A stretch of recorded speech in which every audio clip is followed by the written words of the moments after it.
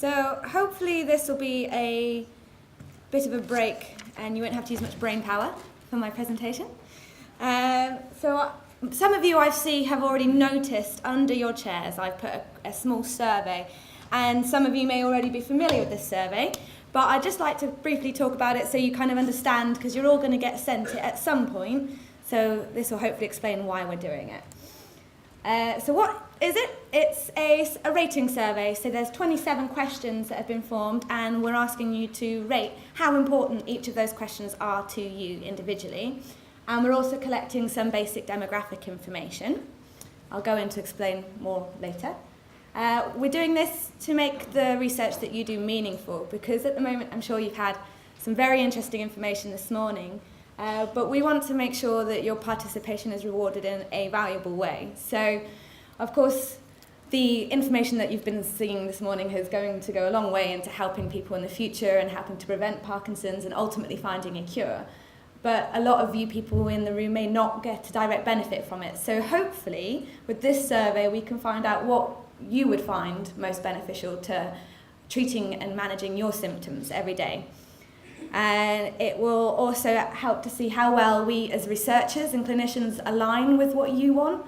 So we may think that doing these drug repositions are really important, but you might think treating incontinence is more important. So we would like to kind of align ourselves with your needs and wants.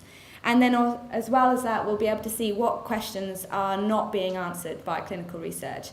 We're asking everyone with Parkinson's in the OPDC cohort, and your friends, your family members, anyone that cares for you, people who participate in research, that includes all of our controls, and then health and social care professionals and researchers too. And so if you have any friends that you want to do the survey, they're welcome to as well. And all of the next of kins in the room, hopefully as well, will have some information that they'd like to share. And thanks to the collaborative work of OPDC, we have 2 cohorts in Luxembourg and Germany that we work with. So we'll be able to do this survey with them as well, which will give us hopefully some interesting information to see whether your priorities changed based on your geographical location. You'll be able to do this survey either with the forms that I've put under your chair, and you can post them back. I've got some free post envelopes, or I've got a lovely box that I'm going to put on the table outside that you can dump them in afterwards. And there's also an online version if you guys feel particularly tech savvy. So as I said, there's 27 questions that were put together by the James Lind Alliance, who are specialists in patient setting priorities. So they surveyed 1,000 different people to see what they felt was not being answered by medical research. So they sent that out to people with Parkinson's and healthcare professionals alike, and they got 4,100 responses, and that was based on motor symptoms, non-motor symptoms, mood symptoms, and anything else. So they then created these unique unanswered questions, and they then systematically searched through the current research and found that 94 of those had been unanswered. They then sent those 94 questions out to everyone. So some of you may have seen these questions before. They were able to identify the top 26 priorities for the management of Parkinson's. Now, so some of the pros were that the 1,000 people helped to identify the gaps in knowledge in Parkinson's, and the JLA group, who are very well seasoned in this kind of activity, searched for the gaps in knowledge areas, and then 475 people ranked them in order of importance. And that's quite a lot of people when you're trying to get someone to do a survey, take it from me. But cons to this were that they then held a focus group which had 27 members in, and those 27 members changed the priorities. So we had the top 10, and then they had a focus group, and the focus group were able to change the top 10. There were very few responses from ethnic minorities and advanced PD, and there were a lot of questions for people to go through, 94. So there was quite a lot of pages of questions. People by the end or halfway through maybe weren't paying attention to all of the questions that were there. So as I said, the focus group changed the top 10. So in this blue box here, you've got the final top 10 after the focus group, and you can see that there's one, the number 9 was originally ranked 21st, And there was number 7 that was originally ranked 16th. And these questions underneath written here: what treatments are helpful in reducing tremor? What treatments would ensure medications were equally effective all day? These 4 questions here were completely missing from the top 10, but had been originally ranked in the top 10. So we introduced this at an open day, well, Michelle did, a few years ago, and we informally put the survey to you guys and asked you to circle your top 10. We didn't ask you to put them in order or rank any of them. We just had lots of pieces of paper with circles around your favourite numbers. And someone had added in finding a cure for Parkinson's, and believe it or not, that was number 1 priority. But what we're doing this time is we're taking that out, because what ultimately we all want to do is find a cure, and having that question in kind of took away from the other questions. So we're not having that one this time. We're just going to keep to the 27 that were identified in, the 26 that were identified by the JLA group. And one question that came out from this survey, you might see written at the bottom of that page there, that's quite a good example. There were lots of people who had written their own things on there, such as speech. That was quite a common one. About nearly 7% of people felt that there was unaddressed questions around your speech and language. So as I said, we're going to redo it on all of you, and this time we're doing it formally. So you'll see, instead of asking you to pick your top 10, I'm asking you to rate how important all of the questions are, so we have an answer for everything. Now, the common problem here, everyone goes, but they're all important, I want answers to everything. So you need to be a little bit tight, kind of put your strict nun hat on and say, this is more important. You have to really think about it. Because if you circle 9 for everything, it's going to make it quite hard to order them in order of preference. So what demographics I'll be collecting on there is the participant type, so whether you're a person with Parkinson's, a healthcare professional, a carer. If you're a healthy control in the study or a healthcare professional, just specify that on the dotted line. And we're collecting gender to see if the priorities change. This is probably more important within the Parkinson's group. For example, things like that. Ethnicity, because as I said before, the previous group identified that there was a lack of responses from ethnic minorities. Unfortunately, I think we're going to see the same thing again, because in our cohort it's about 98% white. So if you have any friends as well that you think might help with improving our figures, that'd be nice. We're collecting age, and in the Parkinson's people, we're also collecting the age of symptom onset, so we can see whether your length of disease duration has any effect on your priorities.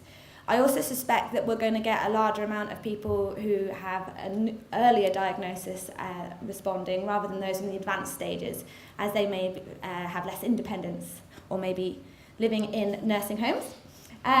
As some of you have seen this kit, you'll be getting a presentation on shortly. Whether you participate in research, we'd just like to know, because again, I think the majority of responses are going to be from research participants. Living arrangements, which is important. Again, people in nursing homes and residential homes, I suspect, aren't going to perhaps have a high intake of doing the surveys. So I'm going to email it out to care homes and ask the staff there to do the surveys with the patients there, but I suspect again it will be mostly independent responses.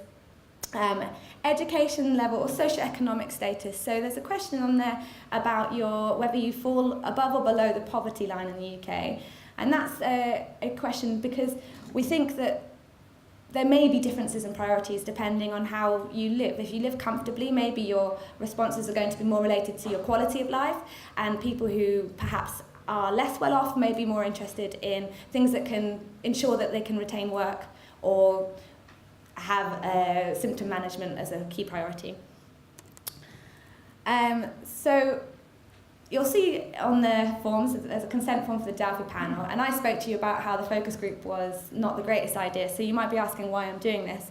And that's because I'm saying that everyone can add a question that they feel is not represented by that list, because we had so many free text responses before. But of course, all these free text responses that I'm going to get back won't have been rated by the majority of people. So a small panel will be then sent the survey again and asked to do it again. We're looking at about 50 people to be randomly selected.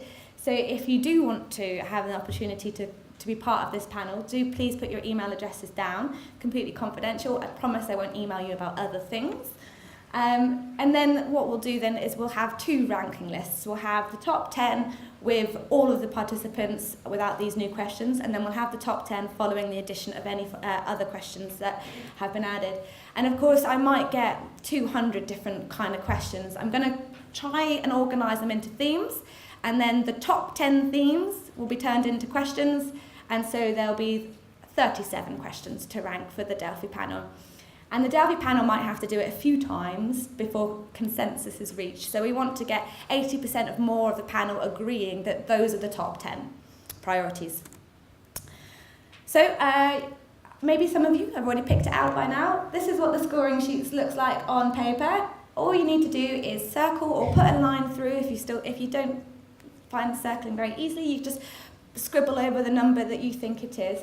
So number 1 is not important at all, and number 9 is the most important to you. Remember to be vigilant with your scoring, so as not to score everything as the most important. There's 3 post-it envelopes that look like this available on the table there, which will be next to the box. So you don't have to complete it now. If you want to take it home, you can grab a free post envelope and do it there.